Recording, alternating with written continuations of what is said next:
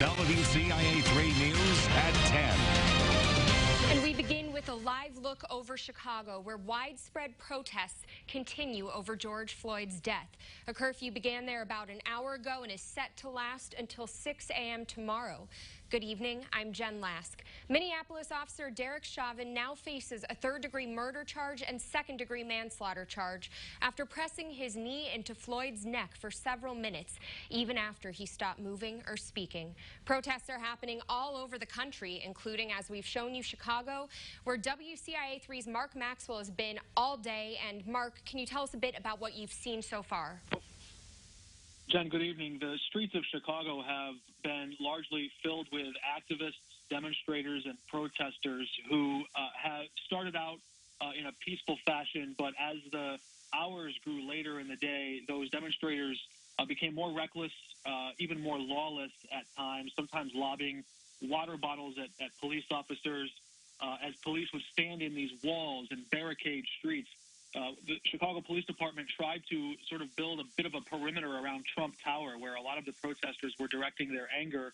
And while the protesters did seem disorganized, they were also very disorderly, and quickly it became very violent. There were a lot of vandals taking baseball bats and to police vehicles, shattering windows. Then vandals, looting storefronts. Not so much to take items of value, but just to leave a sign. It seemed that these protesters were very quick to just shatter a storefront window and move on. They weren't so interested in retrieving any items of value from inside, just to leave them the sign that they were there and that they had been there. And Mark, we just saw video of people riding on a horse through the streets of Chicago. Can you tell us a little bit more about that scene? Yeah, a man who goes by this moniker of the Dreadlock Cowboy, according to reports, has been increasingly popular during this time of quarantine, where most of the city of Chicago streets have been on lockdown.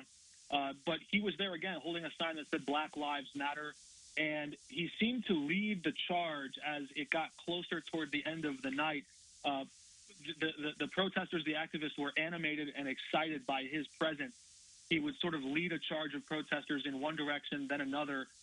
But it became difficult to navigate the streets with these activists because police were raising the bridges and sort of barricading off portions of the town one at a time. You'd see police sort of charge at a group of protesters and then almost retreat. It seemed as though there was some organized effort on the part of police, orchestrated effort to steer the traffic through this sort of chaos as it all unfolded. Yeah, and we're seeing those protesters running over that fence right now, that gate, from earlier today. That's one of the things that you were talking about. What has the leadership, what has the response been like from Mayor Lightfoot, other leaders there?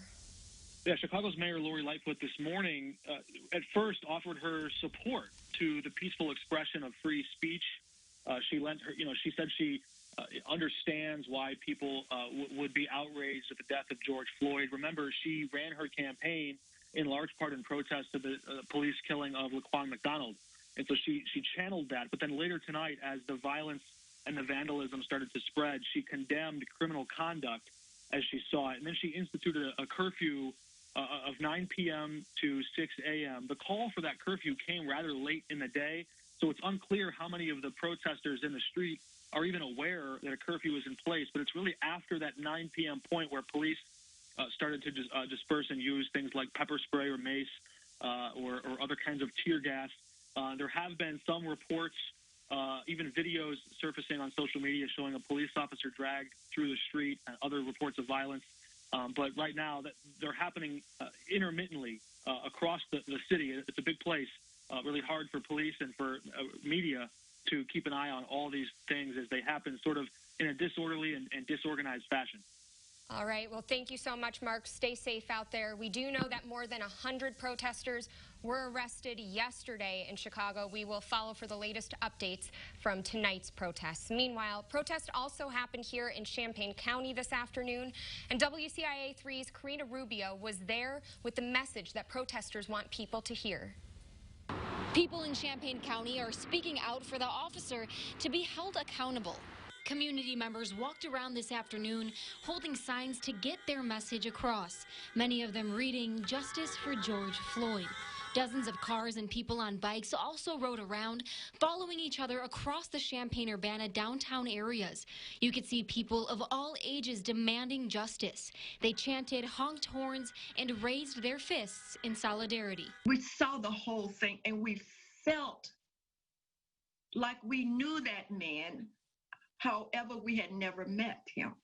But we knew and we could identify with what he was going through. His pain, it was deep. What does that say about this man's life to his family, his daughter, his sisters, his brothers, his people, and other people who are fearful, rightfully so, of how we're treated as people, Black people and people of color in this community, in every community. NAACP Champaign County President Minnie Pearson says even though this happened over 500 miles away, protest is what enacts change. In Champaign County, Karina Rubio, WCIA 3, your local news leader. And the mayor of Champaign says she took part in today's protests in order to show a united front. I think allyship is important, and I think it's important to speak out against injustice, but also making sure that our African American citizens and friends and colleagues, that they know that they are not standing alone. Another protest is set to take place at the courthouse in Urbana on Monday. More than 100 people on the Facebook event already say they plan to go. Meanwhile, protests in Peoria have remained peaceful. A march began there this afternoon at the riverfront. Protesters then marched to the courthouse, and Durante Matthews shares what activists are hoping to see in the future.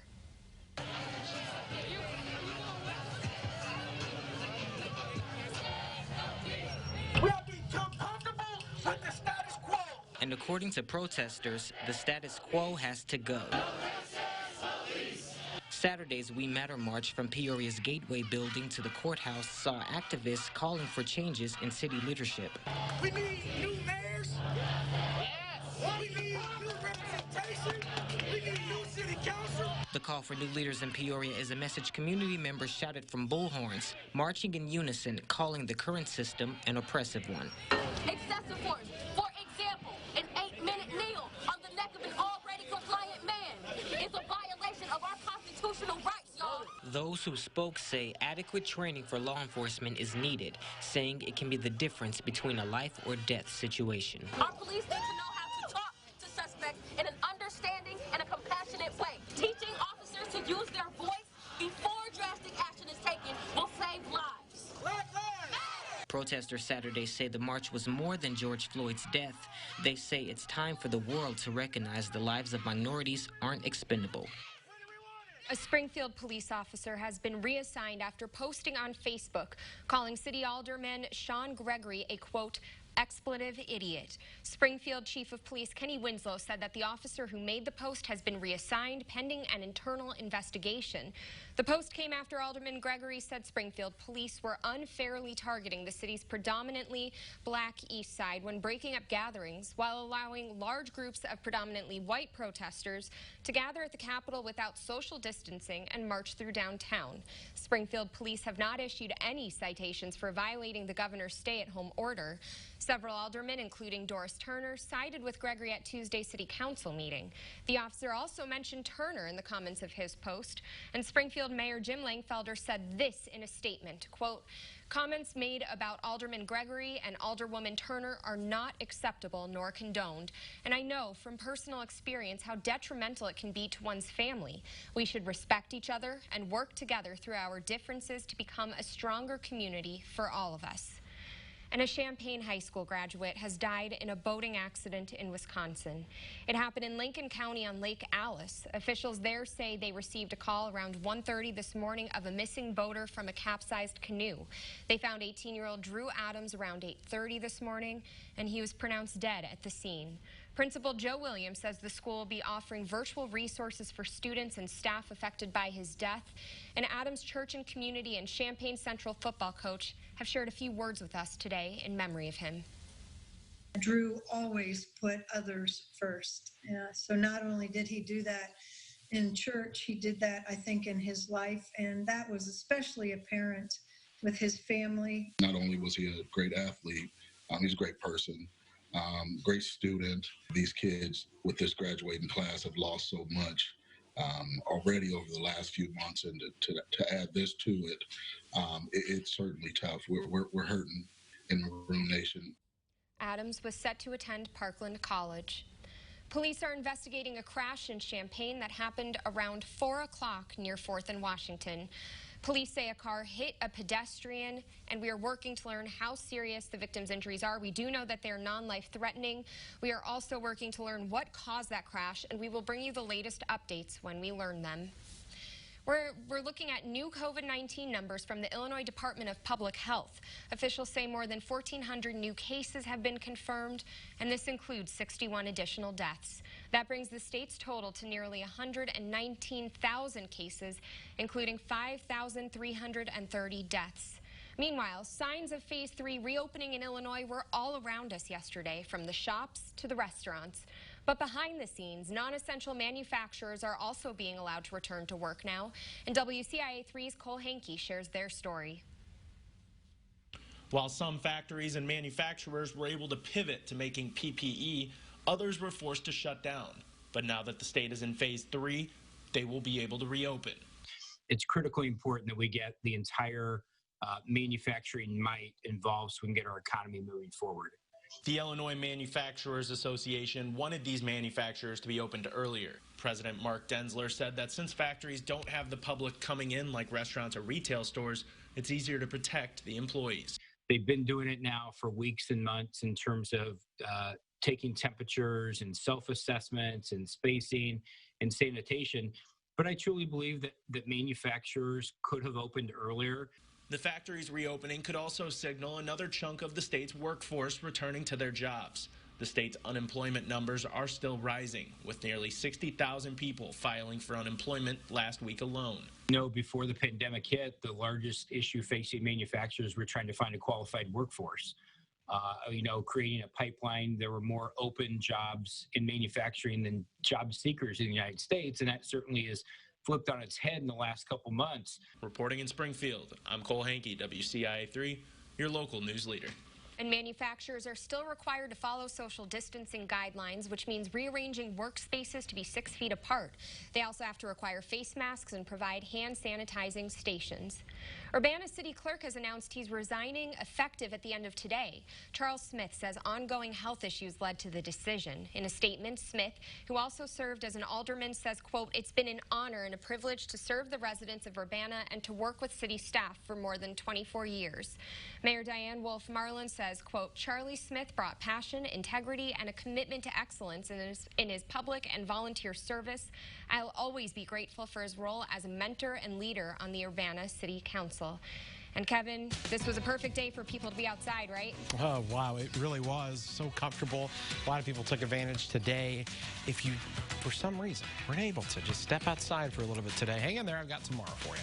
Bratcher weather camera there from Roofing Dog INET, 76 and 49. Tomorrow's sunshine continues. We've got a cool night ahead. We'll talk about that when the storms and the heat return when we come back.